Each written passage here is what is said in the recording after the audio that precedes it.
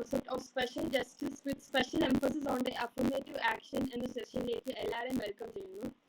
നമുക്ക് എല്ലാവർക്കും അറിയാവുന്ന പോലെ ഡോക്ടർ ബി.ആർ. അംബേദ്കർ എല്ലായ്പ്പോഴും ഇതിഹാസിക മാറ്റങ്ങളുടെ അടയാളമാണ്.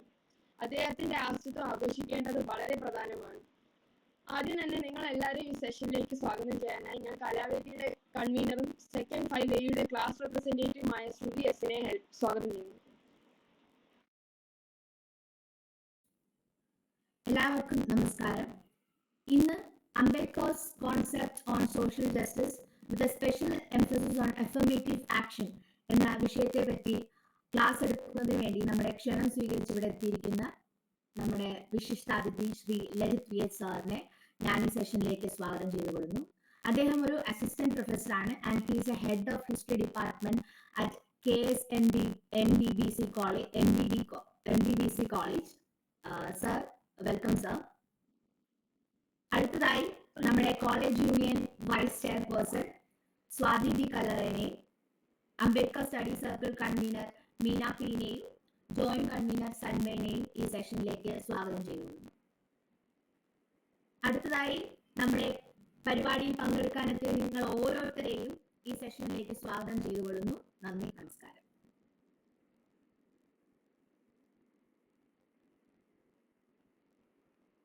ഇന്ന് നമ്മളോടൊപ്പം റിസോഴ്സ് പേഴ്സണായി ചേരുന്നത് ശ്രീ ലളിത് പി എസ് ആണ്. കോളേജിലെ ഹിസ്റ്ററി ഡിപ്പാർട്ട്മെന്റിലെ ജോലി. ഏറെ സന്തോഷത്തോടു കൂടി അദ്ദേഹം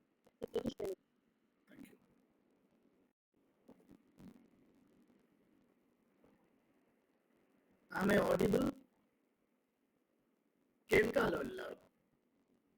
ഓക്കെ, താങ്ക് യു. ആദ്യം തന്നെ തിരുവനന്തപുരം ഗവൺമെന്റ് ലോ കോളേജിലെ അംബേദ്കർ സ്റ്റഡി സർക്കിൾ അംബേദ്കർ ജയന്തിയോടനുബന്ധിച്ച് ഒരാഴ്ച നീണ്ടു നിൽക്കുന്ന അംബേദ്കർ വീക്ക് എന്ന് പറയുന്ന ഒരു പ്രോഗ്രാം സംഘടിപ്പിച്ചത്, ആ ഒരു ഇനിഷ്യേറ്റീവിനെ ഞാൻ അപ്രീഷിയേറ്റ് ചെയ്യാൻ ഈ ഒരു അവസരം ഉപയോഗിക്കുകയാണ്.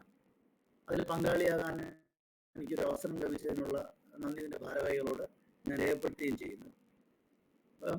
ശരിക്കും അംബേദ്കർ വളരെയധികം ചർച്ച ചെയ്യപ്പെടുന്ന കാലത്താണ് നമ്മൾ ജീവിക്കുന്നത്.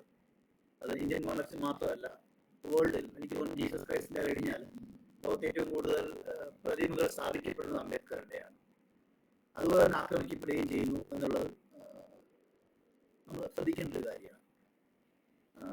അപ്പോൾ ഇന്നത്തെ പരിസ്ഥിതിയിൽ അംബേദ്കർ ചിന്ത ഒരുപക്ഷം അംബേദ്കർ ജീവിച്ച കാലത്തെക്കാളും മരിച്ച ഏതാണ്ട് വർഷങ്ങൾ പിന്നിടുമ്പോൾ, 3-4 പതിറ്റാണ്ടുകൾ പിന്നിടുമ്പോഴാണ് അംബേദ്കർ വീണ്ടും ചർച്ച ചെയ്യപ്പെടുന്നത്, പൊതുസമൂഹത്തിൽ ചർച്ച ചെയ്യപ്പെടുന്നത്. അദ്ദേഹത്തിൻ്റെ ചിന്താധാരകൾ വളരെ വൈഡായിട്ട്, നേരത്തെ വളരെ ക്ലോസ് സർക്കിളിലാണെങ്കിൽ അത് കോൺസ്റ്റിറ്റ്യൂഷൻ മേക്കർ എന്ന നിലയിലാണ് പാഠപുസ്തകങ്ങളിൽ പോലും അംബേദ്കറെ നമ്മളൊക്കെ പഠിച്ചിരുന്ന കാലത്ത് വന്നിട്ടുള്ളത്. പക്ഷെ അതിൽ നിന്ന് മാറിയിട്ട് ഇന്ന് ഇന്ത്യയിലെ ജനങ്ങൾ മൊത്തം അത്യാവശ്യം ഒരു ജനാധിപത്യ ബോധമുള്ള ഭരണഘടനയിൽ വിശ്വസിക്കുന്ന മതേതര കാഴ്ചപ്പാടുള്ള എല്ലാ ജനവിഭാഗങ്ങളും ചിന്തിക്കുകയും വായിക്കുകയും പഠിക്കുകയും ചെയ്യുന്ന ഒരു തോട്ടായിട്ട് അംബേദ്കറെ സംവാദം വന്നിട്ടുണ്ട്.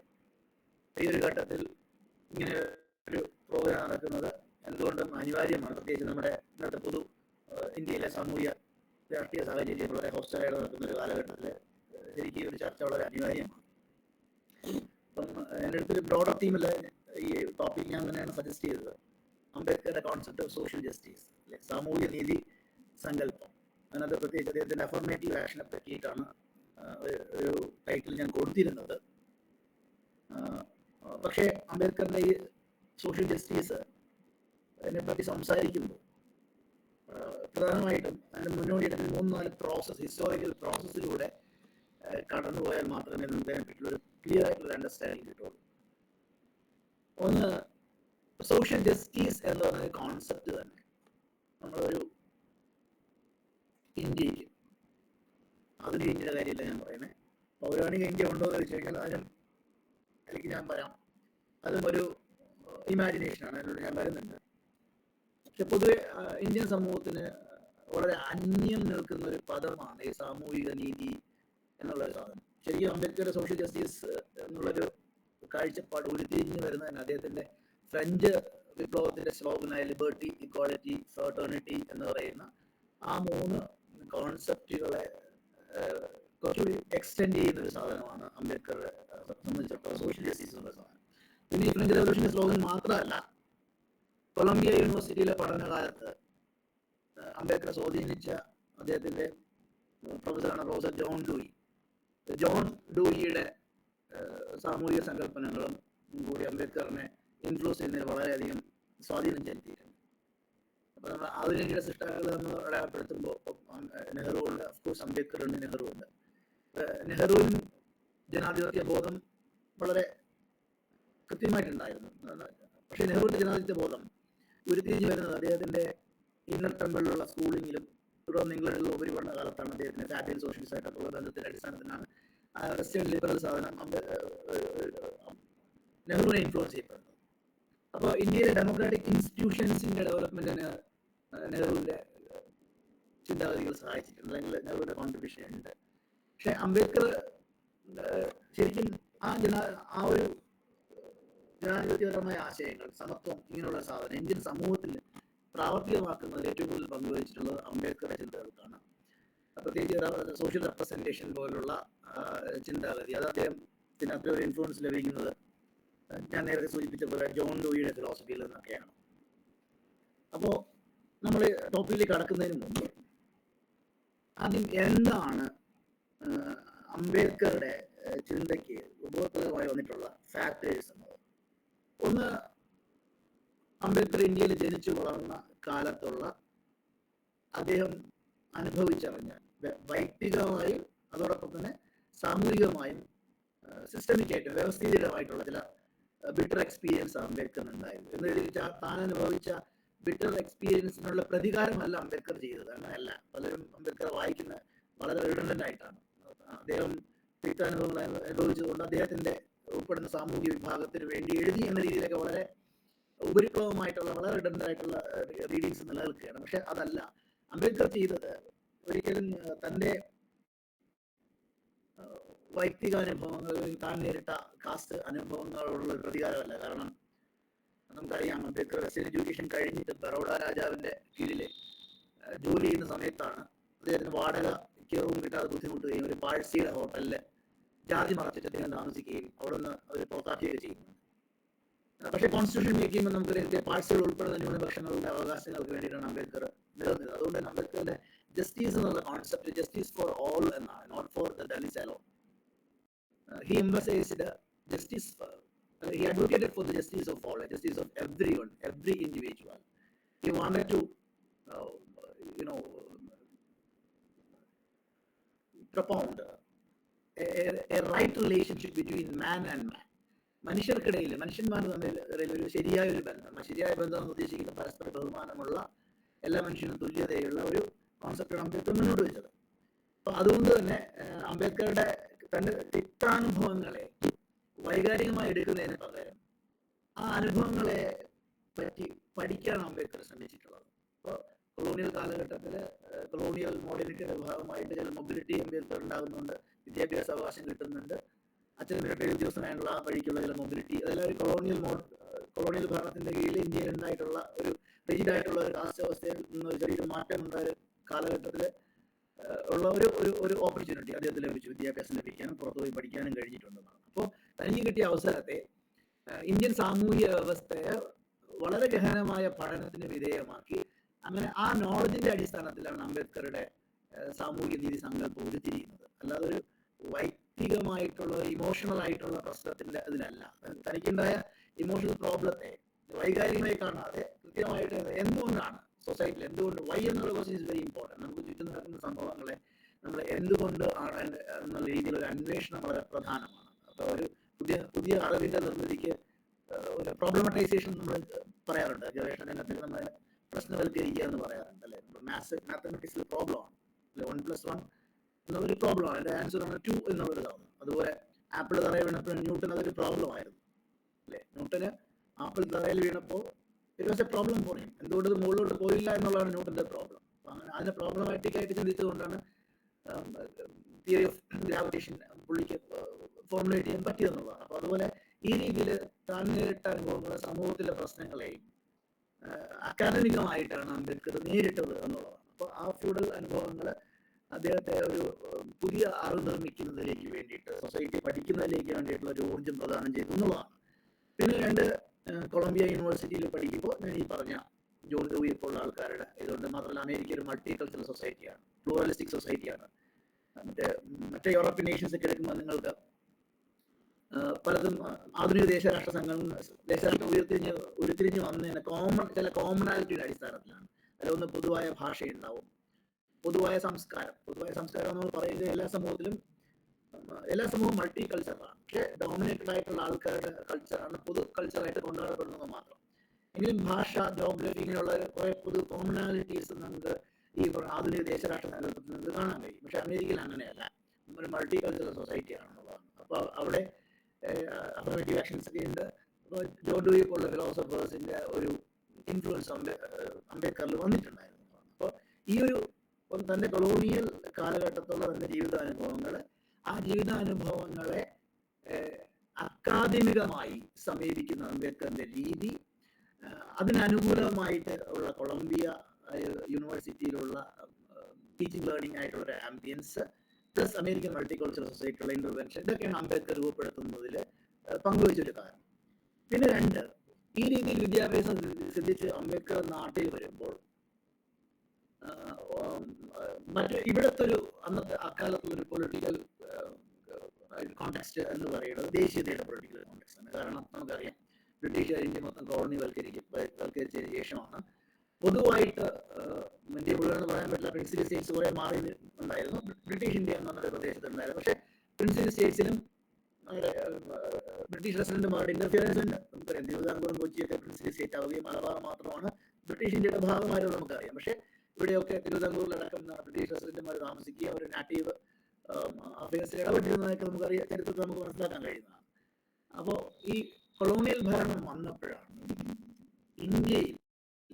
ഇന്ത്യയിലെ എല്ലാ ജനവിഭാഗങ്ങളും, കാശ്മീർ മുതൽ പാറശാല വരെയുള്ള അല്ലെങ്കിൽ ആ ഒരു വലിയൊരു ജോഗ്രഫിയിലെ ജനങ്ങൾക്ക് കോമൺ ആയിട്ട് ചില എക്സ്പീരിയൻസുകൾ ഉണ്ടാകുമ്പോഴാണ്, കോമൺ ആയിട്ട് ചില സഫറിങ്സ് ഉണ്ടാകുന്നുണ്ട്.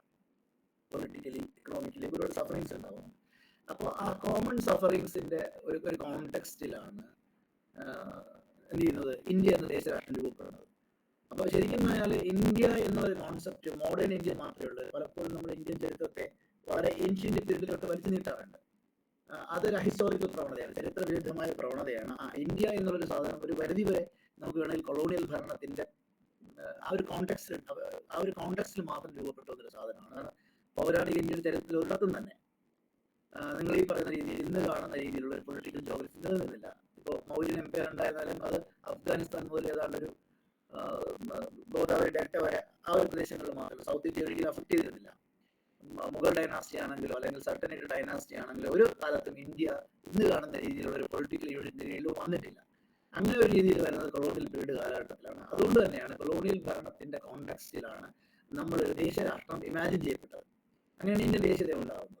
അപ്പൊ അവിടെ നമ്മൾ മനസ്സിലാക്കേണ്ട ഒരു വിവരം, കൊളോണിയൽ ഭരണം ഇന്ത്യ സാമ്പത്തികമായി ചൂഷണം ചെയ്തു, ചില അടിച്ചമർത്തലുകൾ ഉണ്ടായി, നമ്മൾ അതിനെ ഫ്രീഡംസുകൾ നടത്തിയെങ്കിൽ പോലും ബൈനറികളിലല്ല നമ്മൾ ഇന്ത്യൻ ബ്രിട്ടീഷ് എന്നുള്ള ബൈനറികളല്ല.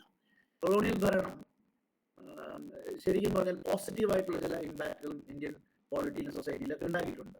തീർച്ചയായിട്ടും ബ്രിട്ടീഷ് ഇന്ത്യയിലോട്ട് കൊണ്ടുവന്ന ഇംഗ്ലീഷ് എഡ്യൂക്കേഷൻ അവർ നടപ്പാക്കുന്നത് അവരുടെ എക്കണോമിക്, അവരുടെ പൊളിറ്റിക്കൽ അജണ്ട മീറ്റ് ചെയ്യാൻ വേണ്ടിയിട്ടാണ്.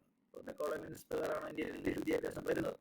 അതിനകത്ത് വിദ്യാഭ്യാസം എന്നോട് create generation brown in colour white in thoughts and taste എന്നാണ് പറയുന്നത്. വെള്ളക്കാരോട് അഭിരുചിയുള്ള, വെള്ളക്കാരുടെ അനുഭവ ചിന്തയുള്ള, തളർത്തുന്നതുമുള്ള ഒരു സായിപ്പന്മാരെ സൃഷ്ടിക്കുക എന്നുള്ളതാണ് എൻ്റെ ലക്ഷ്യം. പക്ഷേ ഇംഗ്ലീഷ് ഭാഷ നമുക്കൊരു കീ ആയിരുന്നു, വേൾഡ് ലിറ്ററേച്ചറിലേക്കുള്ള ഒരു കീ ആയിരുന്നു.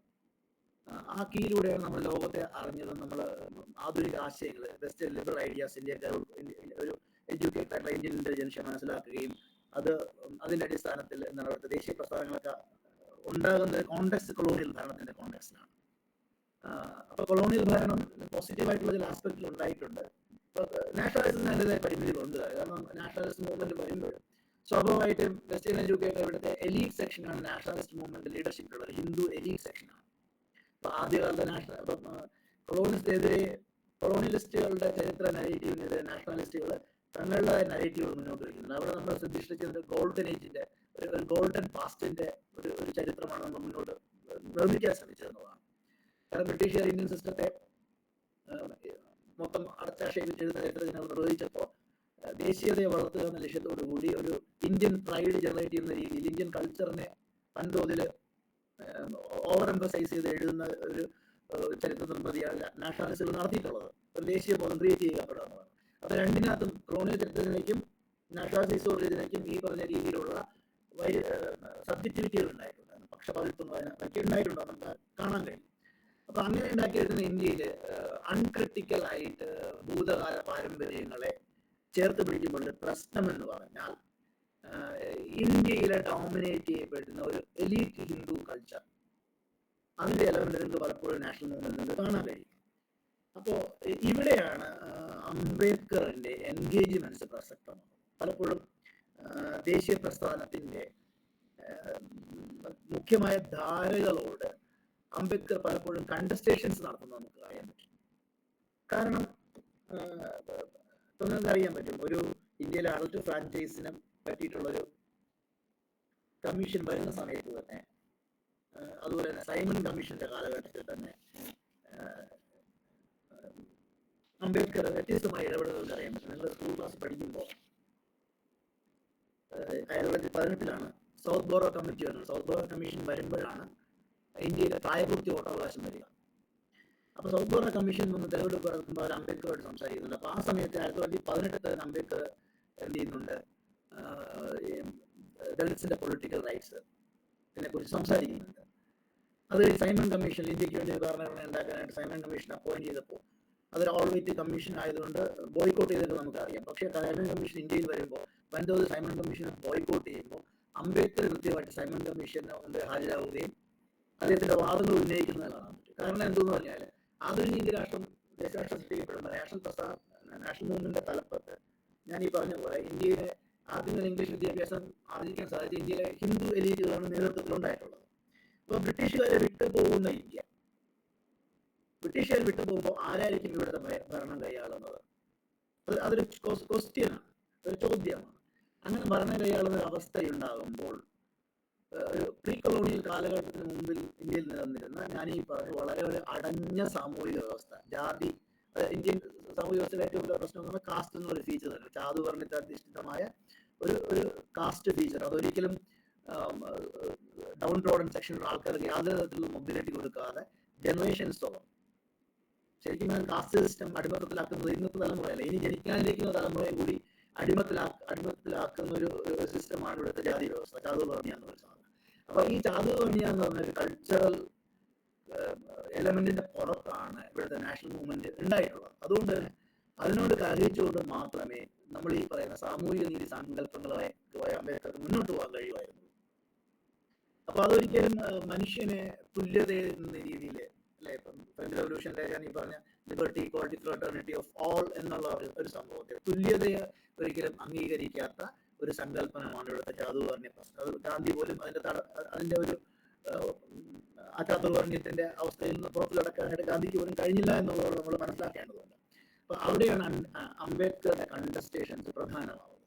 അപ്പൊ ഞാൻ ഈ പറഞ്ഞു വരുന്നത്, ആധുനിക ഇന്ത്യ എന്ന ദേശരാഷ്ട്രം ക്രിയേറ്റ് ചെയ്യപ്പെടുമ്പോൾ അത് ഉരുത്തിരിഞ്ഞു വരുന്നത് ബ്രിട്ടീഷുകാരോട് ഉള്ള ആന്റി കൊളോണിയൽ സമരത്തിന്റെ പശ്ചാത്തലത്തിൽ ആണെങ്കിൽ കൂടിയും, ആന്റി കൊളോണിയൽ സമരങ്ങൾക്ക് പ്രാധാന്യം ഉള്ളപ്പോൾ തന്നെ കൊളോണിയൽ ഭരണം എന്ന് പറയുന്ന ഒരു ഹിസ്റ്റോറിക്കൽ കോണ്ടെക്സ്റ്റിൽ നിന്നാണ് ഈ ദേശരാഷ്ട്രം, ആധുനിക ഇന്ത്യൻ ദേശരാഷ്ട്രം എന്ന സങ്കല്പന ഉണ്ടാകുന്നത്. ഈ മോഡേൺ നേഷൻ സ്റ്റേറ്റ് പോലെ ഒരു യൂറോപ്യൻ കൺസെപ്റ്റ് ആണ്. നമുക്കറിയാം ഫ്രഞ്ച് നാഷണലിസം, ജർമ്മൻ നാഷണലിസം, അതുപോലെ ബ്രിട്ടീഷ് നാഷണലിസത്തെ കുറിച്ചൊക്കെ നമുക്കറിയാം. അതുപോലെ തന്നെ ഈ ആധുനിക ദേശരാഷ്ട്ര സങ്കല്പന ആക്ച്വലി അതൊരു വെസ്റ്റേൺ ഇമ്പോർട്ടൻ്റ് ആണ്. പക്ഷെ ഇവിടെ ഉരുത്തിരിഞ്ഞിരുന്ന ദേശീയത പലപ്പോഴും ഒരു പ്രോ ഹിന്ദു എലീറ്റ് നാഷണലിസമാണ്. അതിനോട് തന്നെ അപ്പോൾ പ്രോ ഹിന്ദു എലീറ്റ് നാഷണലിസത്തെ പെടാത്ത സാമൂഹിക വിഭാഗങ്ങൾ, ഇപ്പോൾ മുസ്ലിം ലീഗ് അടക്കം, മുസ്ലിം ലീഗിന്റെ ഫോർമേഷൻ ഉണ്ടാകുന്നത് പോലും ഈ രീതിയിലുള്ള ഒരു പ്രശ്നമാണ്. ജിന്ന എന്ന് പറയുന്ന ഒരു മനുഷ്യൻ മതം പ്രാക്ടീസ് ചെയ്യാത്ത പ്രീ കൗൺസിൽ മാത്രം കേസ് വാദിച്ചത്, പേരിൽ മാത്രം ജിന്ന എന്ന പേരുള്ള മതം പ്രാക്ടീസ് ചെയ്യാത്ത ഒരാള് ടു നേഷൻ തിയറി മുന്നോട്ട് വയ്ക്കുന്ന ഒരു കോണ്ടെക്സ്റ്റ് ഉണ്ടായെങ്കിൽ അങ്ങനെ ഈ അതുപോലെ ബംഗാൾ പാർട്ടീഷനിലേക്ക് പശ്ചാത്തലം, അതൊരു വലിയ ഹിസ്റ്റോറിക്കൽ ക്വസ്റ്റ്യൻ ആണ്. ഞാൻ അവിടെ വന്നു കഴിഞ്ഞാൽ നമ്മൾ ടോപ്പിക്കിന് ഡീവിയേറ്റ് ചെയ്തു. പക്ഷെ നിങ്ങൾ മനസ്സിലാക്കുക, ഒരു പ്രോ ഹിന്ദു എലീറ്റ് ഡോമിനേഷനോട് പലപ്പോഴും കണ്ടസ്റ്റ് ചെയ്തുകൊണ്ടാണ് നാഷണൽ മൂവ്മെന്റ് ഉണ്ടാകുന്നത്. ഇവിടുത്തെ നാഷണൽ മൂവ്മെന്റ് ഉണ്ട്. അംബേദ്കർ പ്രവർത്തനം കണ്ടസ്റ്റേഴ്സ് നടന്നതായി നമുക്ക് കാണാൻ പറ്റും. സൈമൺ കമ്മീഷൻ തൊട്ട് കാണാം, നിങ്ങൾക്ക് റൗണ്ട് ടേബിൾ കോൺഫറൻസിന്റെ കാലഘട്ടത്തിൽ നിങ്ങൾക്ക് കാണാൻ പറ്റുന്നതാണ്. അപ്പൊ ഈ രീതിയിൽ ഹിന്ദുവിസം ഒരു സെപ്പറേറ്റ് എൻറ്റിറ്റി ആയിട്ട് ദളിത്സിനെ കാണാൻ ഗാന്ധി സമ്മതിച്ചു. അത് നിങ്ങൾക്കറിയാം. നിങ്ങൾ പൂനാപ്രാക്റ്റും അതുപോലെ റൗണ്ട് ടേബിൾ കോൺഫറൻസിന്റെ ലോ സ്റ്റുഡൻസ് പഠിക്കുന്നതാണ്, ഞാൻ അതിലൂടെ കടക്കുന്നില്ല. പക്ഷേ അതിൽ പ്രധാനം ഉയർത്തിയ വാദം എന്ന് പറഞ്ഞത് അത് തന്നെയാണ്. എന്താണ് പൊളിറ്റിക്കൽ റൈറ്റ്സ്, റെപ്രസെന്റേഷൻ എന്നീ ക്വസ്റ്റ്യനാണ് അംബേദ്കർ അവിടെ ഉയർത്തുന്നത് കാണാൻ പറ്റും. അപ്പോൾ ഈ ഒരു ഹിസ്റ്റോറിക്കൽ കോണ്ടെക്സ്റ്റിലാണ് എന്ത് ചെയ്യേണ്ടത്, നമ്മൾ അഫർമേറ്റീവ് ആക്ഷൻ ചർച്ച ചെയ്യപ്പെടേണ്ടതെന്നാണ് ഞാൻ കരുതുന്നത്. അതുകൊണ്ടാണ് ഈ ഒരു കുറച്ചുകൂടി വിശാലമായി ഞാൻ പറയണമെന്ന് ആഗ്രഹിച്ചിരുന്നു. പക്ഷേ എങ്കിലും സമയം എത്രത്തോളം ലഭിക്കുന്ന അറിയാത്തതുകൊണ്ടാണ് ഞാൻ വളരെ ചുരുക്കി പറഞ്ഞത്. അപ്പോൾ ഇതുമായി ബന്ധപ്പെട്ട ക്ലാരിറ്റി കുറവുണ്ടെങ്കിൽ നമ്മൾ Q&A സെഷൻ റൈസ് ചെയ്യാവുന്നതാണ്. അപ്പോൾ ഞാൻ പറഞ്ഞ പോയിന്റ്സ് ഇത്രയാണ്. ഒന്ന്, അംബേദ്കറുടെ സാമൂഹിക നീതി സങ്കല്പം അത് ഉരുത്തിരിഞ്ഞു വരുന്നത് അദ്ദേഹത്തിൻ്റെ കൊളോണിയൽ ഇന്ത്യയിൽ ജനിച്ചു വളർന്ന ജീവിത സാഹചര്യങ്ങളെ വളരെ അക്കാദമികമായിട്ട് സമീപിക്കുന്ന ഒരു ഉൾക്കാഴ്ചയിൽ നിന്നാണ്. പിന്നെ കൊളംബിയയിലുള്ള അദ്ദേഹത്തിൻ്റെ പഠനകാലത്തുള്ള ജോൺ ഡൂയി പോലുള്ള ഫിലോസഫേഴ്സിൻ്റെ ഇൻഫ്ലുവൻസ് കൃത്യമായിട്ട് അതിനകത്ത് വരുന്നുണ്ട്. പിന്നെ അതോടൊപ്പം ഇന്ത്യയിൽ ഉയർന്നു വരുന്ന ഒരു ദേശീയ പ്രസ്ഥാനത്തിൻ്റെ ഒരു നേഷൻ മേക്കിംഗ് പ്രോസസ്സാണ്. അപ്പോൾ ബ്രിട്ടീഷുകാരെ തുറത്തുന്ന ഒരു നേഷൻ മേക്കിങ്ങിനകത്ത് ഒരു യൂണിറ്റ് ഡെവലപ്പ് ചെയ്യേണ്ടി വരുന്ന ആ ഒരു കോൺടെക്സ്റ്റിലാണ് social reform movement, national movement അജണ്ടയായിട്ട് വരുന്നത് കോൺഗ്രസിന്റെ. ശരിക്കും മധ്യ സത്യാഗ്രഹയിലാണ് ആ coalescence of social reform activity and national movement, അതായത് കോയലസൻസ് പ്രോസസ്സ് ആദ്യം ഉണ്ടാകുന്നത് മധ്യ സത്യാഗ്രഹയിലാണ്. കെ വെപ്പനൊക്കെ മുൻതൂക്കം കൊടുക്കുന്നു, ഗാന്ധി വരുന്നു, സംസാരിക്കുന്നു. നമുക്ക് നമുക്ക് ഡിസ്കഷനെ പറ്റി നമുക്കറിയാം. ഒരു റെഡി ടു വെയിറ്റ് സമീപനമാണ് ഗാന്ധി സ്വീകരിക്കുന്നത്, അത് നമ്മളറിയാം വിഷയത്തിൽ. അപ്പോൾ ഇവിടെ ഉരുത്തിരിഞ്ഞു വന്ന ദേശീയ പ്രസ്ഥാനത്തിനും എന്തുണ്ട്, അതൊരു ആധുനിക സിറ്റിസൺഷിപ്പിനെ മുന്നോട്ട് വയ്ക്കാൻ പര്യാപ്തമായ ഒരു ദേശീയ ബോധമല്ല ഇവിടെ ആദ്യമായി ഉരുത്തിരിഞ്ഞു വരുന്നത്. മറിച്ച് വിദ്യാസമ്പന്നരായിട്ടുള്ള എലീറ്റായിട്ടുള്ള ആൾക്കാരുടെ നേതൃത്വത്തിലും അവരുടെ ഏജൻസി ക്വസ്റ്റ്യൻ കർത്തൃത്വം, അവരുടെ കർത്തൃത്വത്തിൽ മാത്രം വരുന്ന ഒരു മൂവ്മെന്റാണ് ഇവിടെ ഉണ്ടായത്. അപ്പൊ ആ മൂവ്മെന്റിനോട് കൂടെ കൃത്യമായിട്ടുള്ള കണ്ടസ്റ്റേഷൻസ് ഉയർത്തിയത് കൊണ്ട് മാത്രമാണ് എന്ത് ചെയ്യുന്നുണ്ട് ബ്രിട്ടീഷുകാർ പോയതിനു ശേഷം വരുന്ന ആധുനിക ഇന്ത്യയിൽ നമ്മൾ ഈ കാണുന്ന രീതിയിലുള്ള പൗരാവകാശങ്ങളോട് കൂടിയ എല്ലാ മനുഷ്യരും തുല്യത ഉറപ്പുവരുത്തുന്ന ഒരു പൗരനെ നമുക്ക് നിർമ്മിച്ചെടുക്കാൻ പറ്റിയത് ഈ പറയുന്ന ദേശീയതയോട് അംബേദ്കർ നടത്തിയ കണ്ടസ്റ്റേഷൻസിന്റെ കൂടെ ഭാഗമായിട്ടാണ്. അതല്ലെങ്കിൽ സോഷ്യൽ ക്വസ്റ്റ്യൻ അഡ്രസ് ചെയ്യാൻ പറ്റാത്ത ഒരവസ്ഥയായിട്ട് ഇന്ത്യ മാറുമായിരുന്നു. അപ്പൊ അവിടെയാണ് അംബേദ്കറിന്റെ ഈ സാമൂഹിക നീതി സങ്കല്പത്തെ കുറിച്ച് നമ്മൾ വളരെ അടിവരായിട്ട് ചിന്തിക്കേണ്ട ചില കാര്യങ്ങളെന്ന് ആ ഒരു കോണ്ടെക്സ്റ്റിലാണ്. അപ്പോൾ നമുക്കറിയാം പൊളിറ്റിക്കൽ ഫ്രീഡം അംബേദ്കറിന്റെ കൃത്യമായിട്ടുള്ള സ്റ്റേറ്റ്മെന്റിനകത്തുണ്ട്. ഇപ്പൊ രാഷ്ട്രീയ സ്വാതന്ത്ര്യം കൊണ്ട് നമുക്കൊന്നും ചെയ്യാൻ പറ്റില്ല. അതിനകത്ത് സാമൂഹിക സാമ്പത്തിക സ്വാതന്ത്ര്യം ഇല്ലെങ്കിൽ, സാമൂഹിക സാമ്പത്തിക തുല്യത ഇല്ലെങ്കിൽ രാഷ്ട്രീയ സ്വാതന്ത്ര്യം കൊണ്ട് യാതൊരു പ്രയോജനം. അതായത് ബ്രിട്ടീഷുകാർ ഇന്ത്യ വിട്ട് പോയിട്ട് ആധുനിക ദേശരാഷ്ട്രം ഉണ്ടായിരിക്കുമ്പോൾ അവിടുത്തെ പൊളിറ്റിക്കൽ ആയിട്ടുള്ള ഫ്രീഡം കൊണ്ട് മാത്രം നമുക്ക് എന്ത് ചെയ്യാൻ പറ്റില്ല. അതുകൊണ്ട് യാതൊരു കാര്യവുമില്ല. മറിച്ച് എന്താണ്, സാമൂഹിക സാമ്പത്തികവുമായിട്ടുള്ള നീതി, പൊളിറ്റിക്കൽ ഡെമോക്രസി മാത്രം പോലെ സോഷ്യൽ ഡെമോക്രസിയിലാണ് ഡെമോക്രസിയുടെ, പ്രത്യേകിച്ച് ഇന്ത്യ പോലുള്ള ഒരു ജാതി അംബേദ്കർ ശ്രേണീകൃതമായ ജാതീയ സ്വത്വം അംബേദ്കർ ഗ്രേഡഡ് ഇൻഇക്വാലിറ്റിയാണ് പറയുന്നത്. അതായത് ഓരോ സെക്ഷൻസ് പിരമിഡ് പോലെ തട്ടുതട്ടായിരിക്കും ഗ്രേഡഡ് ഇൻഇക്വാലിറ്റി. അപ്പം ഏറ്റവും മേൽത്തട്ടിലുള്ള ആൾക്കാർക്ക് ഏറ്റവും കൂടുതൽ ഇമ്മ്യൂണിറ്റീസും പ്രിവിലേജും ഉള്ളവരായിരിക്കും. ഏറ്റവും ലോവർ സെക്ഷനിലുള്ളവർ ഒട്ടും പ്രിവിലേജും ഇമ്മ്യൂണിറ്റിയും ഇല്ലാത്തതായിരിക്കും. തൊട്ടുമുകളിലുള്ള ആൾക്കാരുടെ എക്സ്പ്ലോയിറ്റേഷനെ എതിർക്കുകയും അതേസമയം തൊട്ട് താഴെയുള്ള ആളിനെ എക്സ്പ്ലോയിറ്റ് ചെയ്യുകയും ചെയ്യും. അപ്പോൾ ഈ ഏറ്റവും ടോപ്പിലും ബോട്ടവും കഴിഞ്ഞാൽ ഇതിനിടയിലിരിക്കുന്ന ആൾക്കാരുടെ സ്വഭാവം എന്ന് പറഞ്ഞാൽ തങ്ങൾക്ക് തൊട്ട് മുന്നിലുള്ള ആൾക്കാരുടെ എക്സ്പ്ലോയിറ്റേഷനെതിരെ അവർ പ്രതികരിക്കുകയും എന്നാൽ തങ്ങൾക്ക് തൊട്ട് താഴെയുള്ളവർക്ക് മേൽ അതേ എക്സ്പ്ലോയിറ്റേഷൻ അവർ നടത്തുകയും ചെയ്യുന്ന ഒരു വ്യവസ്ഥയാണ്. അതുകൊണ്ട് തന്നെയാണ് അവിടെ ക്ലാസ് കോൺഷ്യസ്നസ്, മാർക്സിസ്റ്റുകളൊക്കെ പറയുന്ന വർഗബോധം ഉണ്ടാകാൻ വലിയ പാടാണ്. കാരണം വർഗത്തിനുള്ളിൽ കൃത്യമായിട്ടുള്ള ജാതിക്കുള്ളിൽ വർഗവും നിലനിൽക്കുന്ന ഒരു സാമൂഹിക വ്യവസ്ഥയാണ് ഇന്ത്യയിൽ. അപ്പോൾ ഈ ഒരു ഗ്രേഡ് ഇൻഇക്വാലിറ്റി എന്നുള്ള കൃത്യമായ രീതിയിൽ അതുകൊണ്ടാണ് അംബേദ്കർ പറഞ്ഞ ഇന്ത്യൻ ജാതി എന്ന് പറഞ്ഞാൽ തരം തൊഴിൽ വിഭജനം മാത്രമല്ല, തൊഴിലാളികളുടെ കൂടെ വിഭജനമാണ്. ഈ റിയാലിറ്റി അഡ്രസ് ചെയ്യാൻ ഇന്ത്യയിലെ വ്യവസ്ഥാപിത മാർക്സിസ്റ്റ് കഴിഞ്ഞിട്ടില്ല എന്നുള്ളത്. അതാണ് ഇന്ത്യയിലെ ഒരു മാർക്സിസത്തിന്റെ ഒരു പരാജയം അല്ലെങ്കിൽ മാർക്സിസത്തിന്റെ ഏറ്റവും വലിയ വെല്ലുവിളി ഇന്നും അവർ കൃത്യമായിട്ട് മുഖ്യധാര ലെഫ്റ്റിന് ഒരിക്കലും ആ ഒരു കാസ്റ്റ് ക്വസ്റ്റ്യൻ അഡ്രസ് ചെയ്യാൻ പറ്റിയിട്ടില്ല എന്നുള്ളതാണ്. അംബേദ്കറിനോട് പ്രശസ്തമായ ബുദ്ധ ഓർ മാർക്സ് എന്ന് പറഞ്ഞ ടെക്സ്റ്റ് അതിനകത്ത് കൃത്യമായിട്ട് പുള്ളിയത് അംബേദ്കറിനോട് ബുദ്ധന്റെ താല്പര്യ രീതി തന്നെയാണ്. റെഫറൻസ് സജസ്റ്റ് ചെയ്യുന്ന ബുദ്ധ ഓർ കാൾ മാർക്സ് എന്ന ടെക്സ്റ്റ് ആണ് കൃത്യമായിട്ട്. അതൊന്ന് കഴിയുന്നത് വായിക്കുക ഫർദർ റീഡിങ്ങിന്റെ ഭാഗമായിട്ട്. അപ്പൊ ആ ഒരു പ്രോബ്ലം നിങ്ങൾക്ക് മനസ്സിലാവും. അപ്പൊ ഈ ഗ്രേഡഡ് ഇൻഇക്വാളിറ്റി എന്ന് പറയുന്ന ഈ കാസ്റ്റ് എന്നുള്ള വ്യവസ്ഥിതി നമ്മൾ ഇമാജിൻ ചെയ്ത ഒരു ജനാധിപത്യ രാഷ്ട്രം കെട്ടിപ്പടുക്കുന്നതിന് എന്താണ് ഇവിടുത്തെ ഇന്ത്യയിലെ സോഷ്യൽ ഫാബ്രിക് അല്ലെങ്കിൽ ഇന്ത്യയിലെ സോഷ്യൽ അതായത് കൾച്ചറിലൂടെ അല്ലെങ്കിൽ ഈ വർണ്ണാശ്രമ ധർമ്മങ്ങളെ സാങ്ക്ടിഫൈ ചെയ്യുന്നത് റിലീജിയനാണ്, പലപ്പോഴും ഹിന്ദു റിലീജിയനാണ്. അതുകൊണ്ടാണ് 1940 തന്നെ ഇന്ത്യയിലെ ദേശീയ പ്രസ്ഥാനത്തിന്റെ ഭാഗമായിട്ട് ഹിന്ദു മതത്തിൽ തന്നെ സ്വയം നവീകരണ ശ്രമങ്ങൾ ഉണ്ടാകുന്നുണ്ട്. ഇന്ത്യയിലും പാകിസ്ഥാൻ പ്രദേശം യുണൈറ്റഡ് ഇന്ത്യ ആയിരുന്നല്ലോ. ആ പ്രദേശങ്ങളിലൊക്കെ ഒരു നമുക്കറിയാം ജാതിക്കെതിരെയുള്ള റിഫോം കറൻസ് ഹിന്ദു മതത്തിനുള്ളിൽ തന്നെ കാലത്ത് ഉണ്ടാകുന്നുണ്ട്. അങ്ങനെയാണ് ജാത് പാത് തോട്ട് മണ്ഡൽ എന്ന് പറയുന്ന ഒരു കമ്മിറ്റി അവർ ഹിന്ദുവിനുള്ളിലെ ജാതി അവസാനിപ്പിക്കാനായിട്ട് റിഫോം ചെയ്യുന്ന ഒരു പരിഷ്കരണ കമ്മിറ്റിയാണ്. അവർ അംബേദ്കർ ഒരു ഹിന്ദു റിഫോം കമ്മിറ്റിയുടെ അധ്യക്ഷ സ്ഥാനത്തേക്ക് ക്ഷണിക്കുന്നുണ്ട്.